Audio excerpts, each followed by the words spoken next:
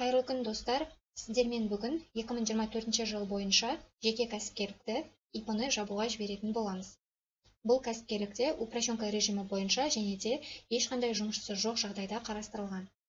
Алдымен біз жеке кәсіпкерлікті жаппас бұрын оның ескеретін қағидалары бар. Яғни, жеке кәсіпкерлікті жабуға жібермес бұрын біз ескеретін жағдайлар: егер де касса болса, кассаны міндетті түрде снятие жасап алу қажет, және де қарызды тексеру керек. Сіздерде пеня немесе уақытында төленбеген қарыздар болса, онда оны міндетті түрде төлеуіміз қажет. Және де осы уақытқа дейінгі барлық отчеттардың тапсырылуын қадағалауымыз қажет. Сонымен қатар осы отчеттар уақытылы тапсырылған болуы қажет. Егер де қандай да бір отчет уақытынан кешіктіріліп тапсырылған болса, онда оның жаңағы кешіктірілгені бойынша протоколдан өтулеріңіз керек. Сонымен қатар режимге байланысты отчет тапсырылады. Ең алдымен біз отчет тапсырмас бұрын жеке кәсіпкердің режимін анықтап аламыз. Режимді анықтап болғаннан кейін соған сай форманы тапсырып, және де оның 029 заявлениесін жібереміз. Сонымен қатар біз отчет тапсыратын кезде алдыңғы жарты жылдықтың отчетін тапсыратын боламыз. Ол кезде бізге осы уақытқа дейінгі, яғни қазір бізде упрощенка режимі болғандықтан, екінші жарты жылдықтың алдыңғы жарты жылдық, бұл екінші жарты жылдық болғандықтан, екінші жарты жылдықтың отчетін тапсырамыз. Екінші жарты жылдықтың уақыты ол июль айының 1 мен декабрь айының 31 аралығын қамтиды. Сол себепті июль айының 1 мен дәл осы уақытқа дейінгі қандай доходтар болғанын кәсіпкерден міндетті түрде сұрап аламыз. Егер касса болса, кассадан доходын көреміз, немесе Каспи-Пэй, СФ счет, яғни сол бойынша доход көрсетіліп отырған болса, онда сол документтерін сұратып аламыз. Сосын соған сай әлеуметтік төлемдердің анықтамаларын аламыз. Әлеуметтік төлемнің анықтамалары менің каналымда жеке-жеке видео нұсқаулық бар, соған қарап әлеуметтік төлемнің анықтамаларын аласыздар. Яғни олар сіздер білесіздер, оларға пенсионка, социальное отчисление, ОПВР және де медстраховка жатады. Сонымен барлығын біз анықтап алдық, және де соңғы анықтайтын нәрсеміз ол бізде УГД-лар. Сервисі бөліміндегі регистрационный данныйдан по месту жительства және де по месту нахождения ИП бойынша данныйларды анықтаймыз.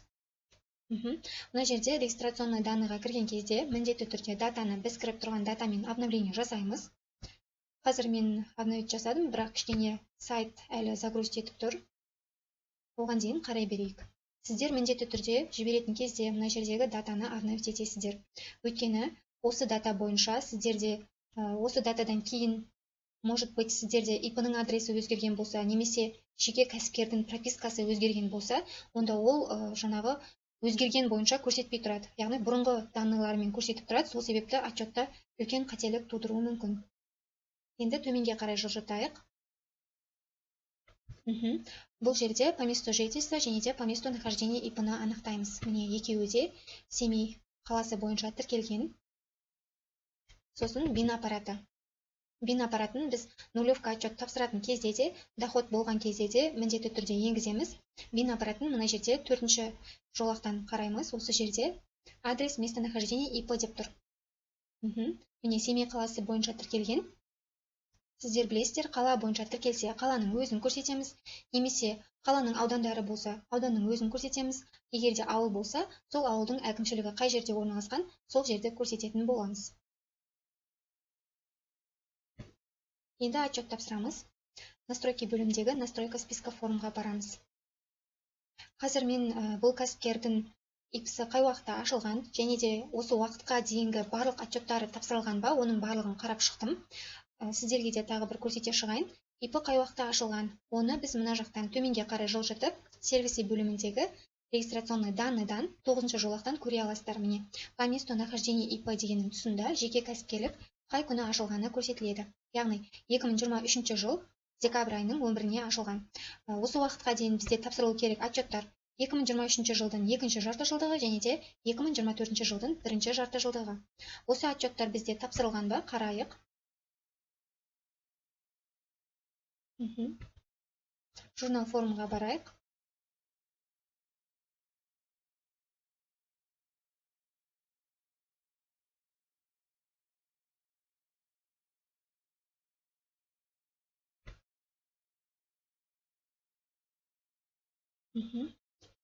Яғни 2023 жыл 2-ші жарты жылдық тапсырылған, ол февраль айының 14-не уақытылы тапсырылған. Өйткені 2023 жыл екінші жарты жылдықтың отчет тапсыру уақыты ол 1 январь мен февраль айының 15-і. Екінші бізде тапсыру керек отчет ол 2024 жыл бірінші жарты жылдық, ол да міне мұнда тұр. Ол тоже 8-ші ай, яғни август айының 14-не тапсырылған. Бірінші жарты жылдықтан отчет тапсыру уақыты ол бізде июль айының 1-і мен август айының 15-і аралығы. Бұл отчетты да уақытында тапсырылған. Енді біз толықтай отчет тапсыруға кірісеміз. Настройка бөліміндегі настройка списка формаға барайық.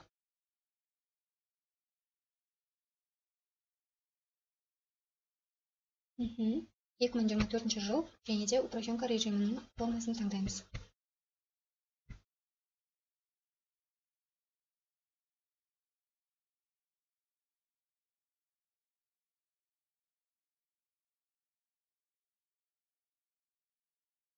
Енді осы графаны толтырамыз. Данныйларымыз шығып тұрады. Төменнен бастап 3-ші жолақтан бастап толтырамыз. Полугодия, яғни біз алдыңғы жарты жылдықты тапсыратын болғандықтан, екінші жарты жылдықты көрсетеміз. Ешқандай бухгалтерлік учетты қажет етпейді, сол себепті не ведет деп таңдаймыз. Және де вид декларация, осы жерде мұқият болыңыздар. Вид декларация жабылатын кезде қалай таңдалады, я?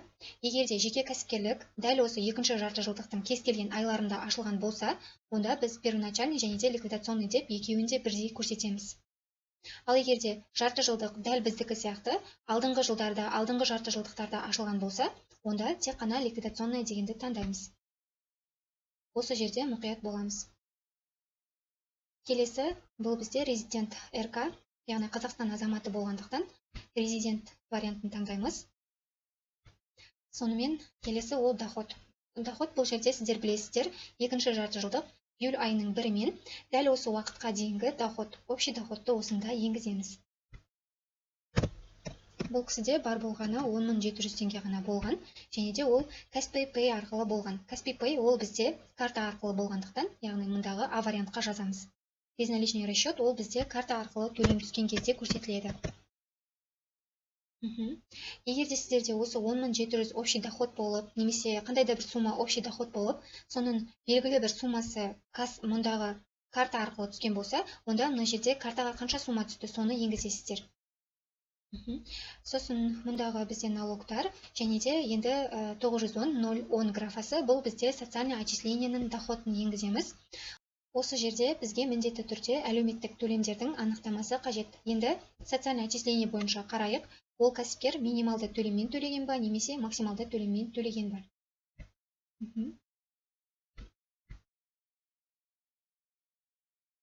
7-ші айдан бастап қараймыз.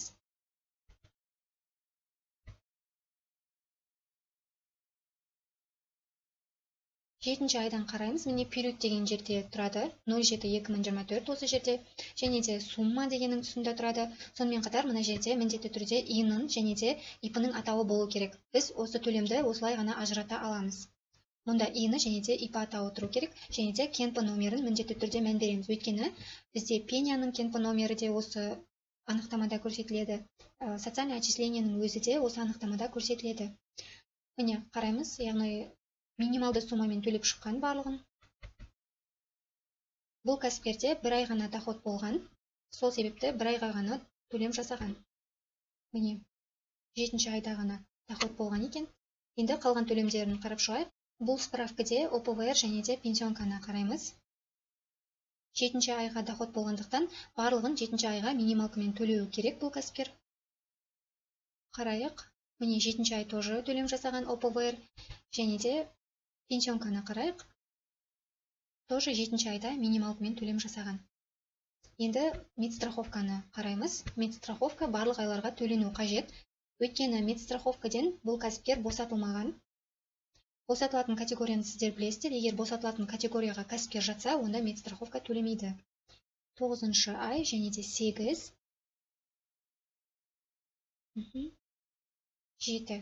Я барлық айларға төлеп шыққан. Осы уақытқа дейінгі барлық айларға 9-шы айға дейін медстраховка төленген. Енді біз кабинетке барайық. Осы сумаларды көрсетеміз. Социальный отчисление жаңа айтып өткенімдей, ол кәсіпкерде тек июль айында ғана төлем доход болғандықтан, июль айына ғана төлемдер төлеген. Еще минималды сумамен. Бір айға көрсетеміз 85 мың. 2024 жыл үшін минималды сума ол 85 мың.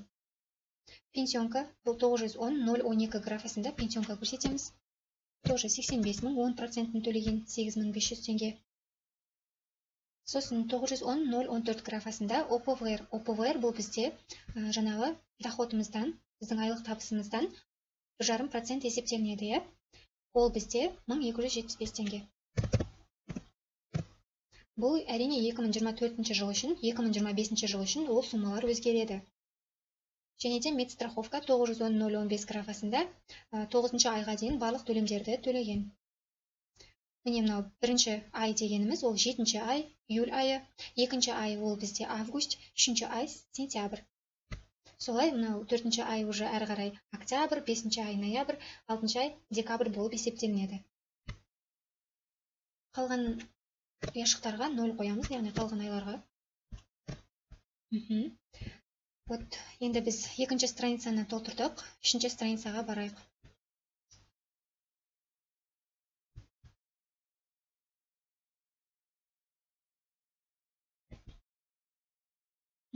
Екінші страницаны толықтырдық. Енді төртінші страницаға барамыз. Үшінші страница ол жұмысшылар үшін. Бұл кәсіпкерде ешқандай жұмысшы жоқ. Бұл жерде біз тек қана бин аппаратын және де УГД-ларды көрсетеміз. Бин аппаратын жаңағыдай біз өзімізге сақтап алғандағыдай көрсетеміз. Семей қаласы бойынша көрсететін боламыз. Мына жерге қаланың немесе районның атауын жазсаңыздар да болады, немесе УГД-ны жазсаңыздар да болады. Найти. Енді мұқият осының ішінен оқып тауып аламыз.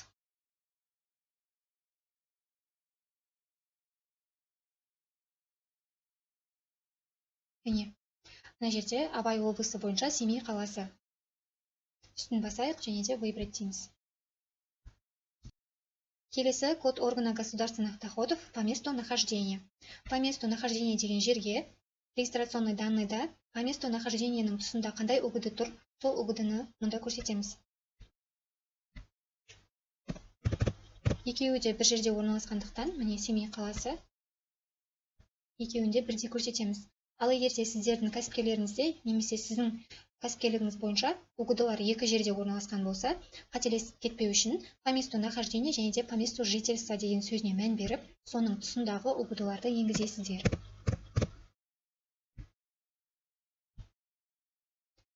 Болды, осымен біз барлығын аяқтадық. Енді қателік бар жоғын қарайық. Проверить заполнение. Міндетті түрде қателік бар жоғын қараймыз. Ошибок нет, окей. Егерде бір қандайда бір графаны толықтырмай ұмытып кеткен болсаңыздар, осы проверить заполнение батырмасын басқанда сіздерді сол графаға ұяшыққа алып барады. Сол себепті міндетті түрде проверить заполнение батырмасын басамыз. Келесі бізде енді отправить в УГД деп ЭЦП ключпен қол қоямыз. Окей.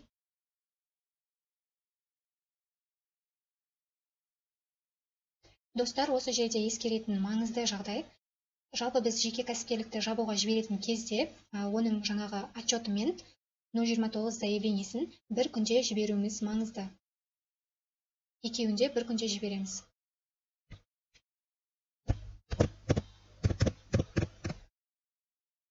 Окей. Выбрать.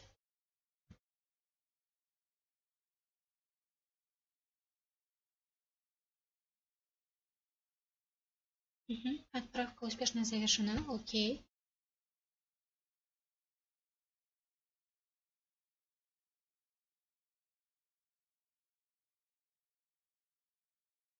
Журнал форумнан отчетты қарайық.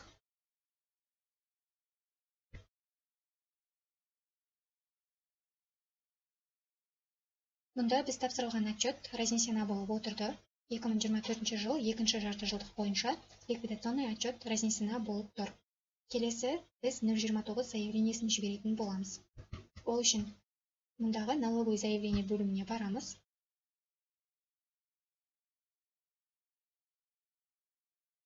Осы бөлімшелердің ішінен прекращение деятельности деген бөлімді таңдаймыз.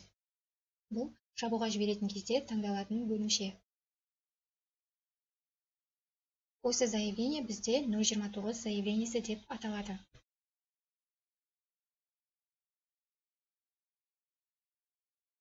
Төртінші жолақта жеке кәсіпкерлікті не себепті жапқалы жатырсыз, соны сұрап тұр. Мұнда жеке кәсіпкерлік упрощенка режимі болғандықтан, упрощенка режиміндегі кәсіпкерлер жабуға жіберетін кезде Е варианты, яғни статья 67 бойынша көрсетеді көбінде. Сол себепті біз осы Е вариантын таңдаймыз. Сосын екінші страницаға барамыз.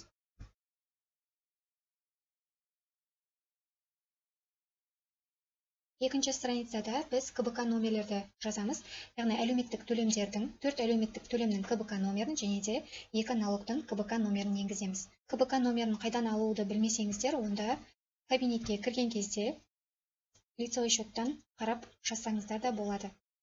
КБК номерін негізінде жаттап алған дұрысырақ.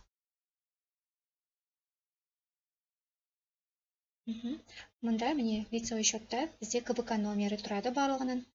Вот мына жерде 101, 202, 103, 101 бұл социальный налог пен подоходный налогтың КБК номері, 901, 902, 904, 905, яғни бұл жерде 4 төлем, пенсионка және де социальное отчисление, медстраховка, сосын ОПВР-дің КБК номері. Осының барлығын мұнда орналастырамыз.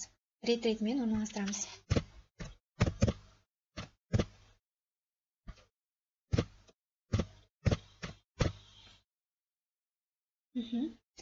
Міне біздің барлық КБК-ларды енгізіп алдық.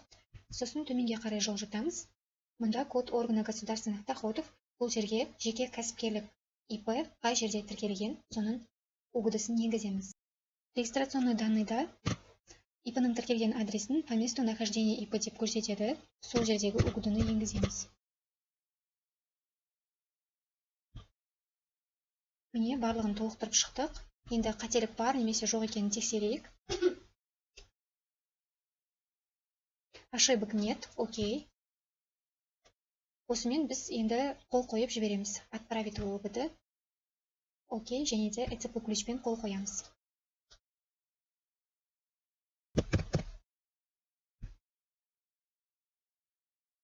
Выбрать.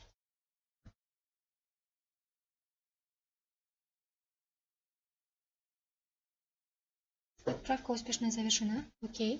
Бұл заявлениені біз налоговый заявление бөлімінен қараймыз. Мына жерде создать заявление дегеннің үстінен басып, мына жердегі заявлениелерді жинастырамыз және де найти батырмасын басамыз. Байқап тұрғандарыңыздай, біз тапсырған жаңағы заявление 029 міне принято болып тұр. Осы статус бізде обработана болған кезде ол міндетті түрде жабылатын болады. Жеке кәсіпкерлік ең ұзағы 10 немесе 15 жұмыс күнінде жабылатын болады. Оны біздер КГТ.Gov сайтынан қарай аламыз. Ақпарат пайдалы болды деген ойдамын. Лайк, комментарий қалдыруды ұмытпаңыздар және де каналға тіркеліп алыңыздар.